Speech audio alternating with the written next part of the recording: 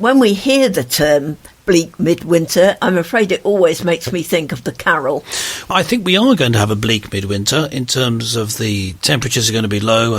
It may even be a record low winter, that's what people are saying. So windy and wet and yes, cold. It looks like we've abandoned global warming and embraced global cooling now, and it looks like it's going to be a real bad Yes. one. So the bleak midwinter, the carol, now there's some interesting phrases. Is it frosty wind made moan? Is that one of them? Yes, in the carol by Christina Rossetti. It is quite a good picture of it, isn't it? And now, if we've got the date right on the 25th of December for Jesus' birth, I think it is around then, judging from reading the New Testament account of when Jesus was taken to the temple and also when he must have visited Elizabeth while still in the womb, Mary. I think you can judge that, it probably was December, and so why not the 25th? Yes, why not research the New Testament and see if you can work out the real date of Christmas? People have done it and arrived at that. The reason for not believing it was in December is mainly that people think it was too cold, I think, because it was at the time of a census. Think of Israel as being a country, being in the Middle East, that it's not ever cold. Yes, presumably it's cold in the winter. Well, I question that. Okay. I think we hear in the Bible talk of the snows of Hermon. Yes. Do we not? But that's a mountain. So yes. up a mountain. And you expect snow on the top of a mountain. Yeah. And anyway, I guess climate changes. So maybe it was cold. But we're going to talk now about the theme of a bleak midwinter here in Britain this Christmas time. I suspect you're not thinking of the weather.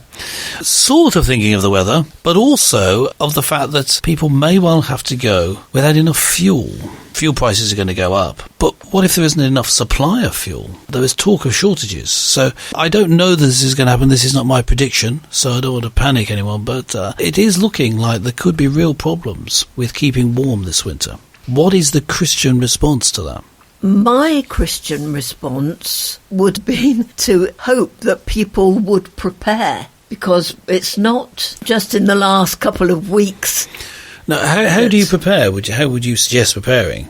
Well, I can think of making sure that your home is insulated. No, that's a good point, yes. If you're short of fuel or if you don't have enough money, that will help the matter. Yes. You're not going to be using as much, yeah. Bring in blankets and warm clothes. Keep to one room as much as possible. Ask a friend if you know they have a warm home, somebody who has prepared. Go and see if you can spend some time with them. Go around and visit your friends who have excellent central heating.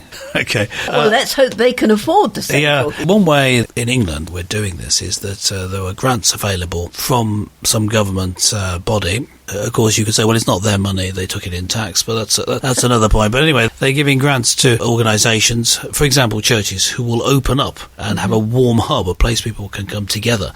If this happens across the country, it will save fuel overall, of course, because it won't be individual homes being heated, it'll be central places. One of my churches is definitely doing it, possibly all three. I'm vicar of 3 churches.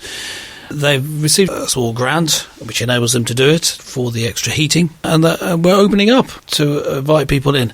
But we're going to make it a good experience, so there'll be food available. There's already a social supermarket in one of the churches, so you can actually get food to take home. Normally buying it through a points system, not directly buy, but if you can't afford it, you can have some food for free. Eat it there or take it home, and some entertainment while you're there, or things of interest, for example, films. So that's, I think, a Christian response. It's not the only possible response, that's one Christian response. I was listening to a programme on the BBC who would tell us everything, of course. Yes. They were advising on ways of getting through.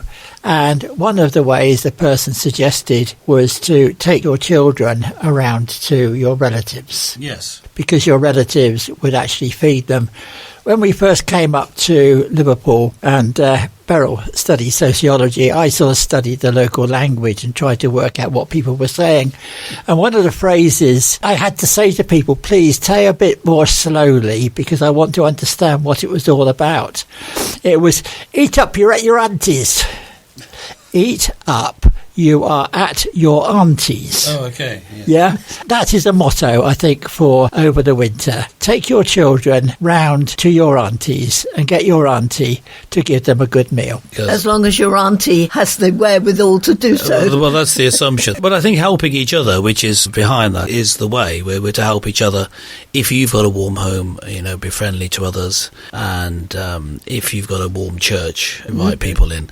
That's one way to go. But I think another Christian response is to point out that what has got us into this situation has been a lot of missteps, particularly by our government, but other governments, which have led us to this state. Not that it's going to be bad weather. Global warming, as I said, has let us down, and we're going to have a cold winter. But there are missteps which mean that fuel could be a problem and that it's getting expensive. And there are missteps in terms of the economy as a whole and increasing taxation, so you can't afford things as much.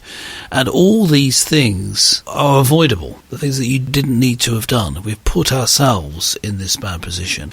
But that is not a reason for not caring for people. No. The Christian response is to criticise, where necessary, those who have made these decisions, and to try and either vote for someone else, or as we discussed earlier in the show, Beryl, there's no one left to vote for, really. We need a new party. Maybe it should be a Christian or a truly conservative and traditional values party. Yeah, we should do that, but we should also organise, mobilise to care for people. Joining together, we can get through this bleak winter, and it may actually be a time of growing closer together as we help each other.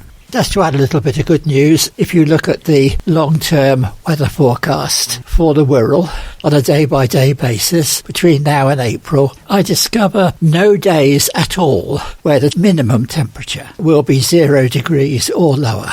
The temperature will be always in the 1 or 2 or 3 degrees minimum.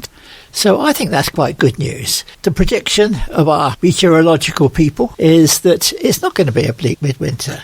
We are going to have no snow, no frost, no days when we have to de-ice the car before we actually go out in the mornings. We'll see if they're right, won't we, of course. What you need to do is, if you read the Daily Express, where they always predict that it's going to be the coldest winter ever, people are going to freeze to death. Is that right? They're never right, but it doesn't stop them from doing it. They've got to sell newspapers, haven't they?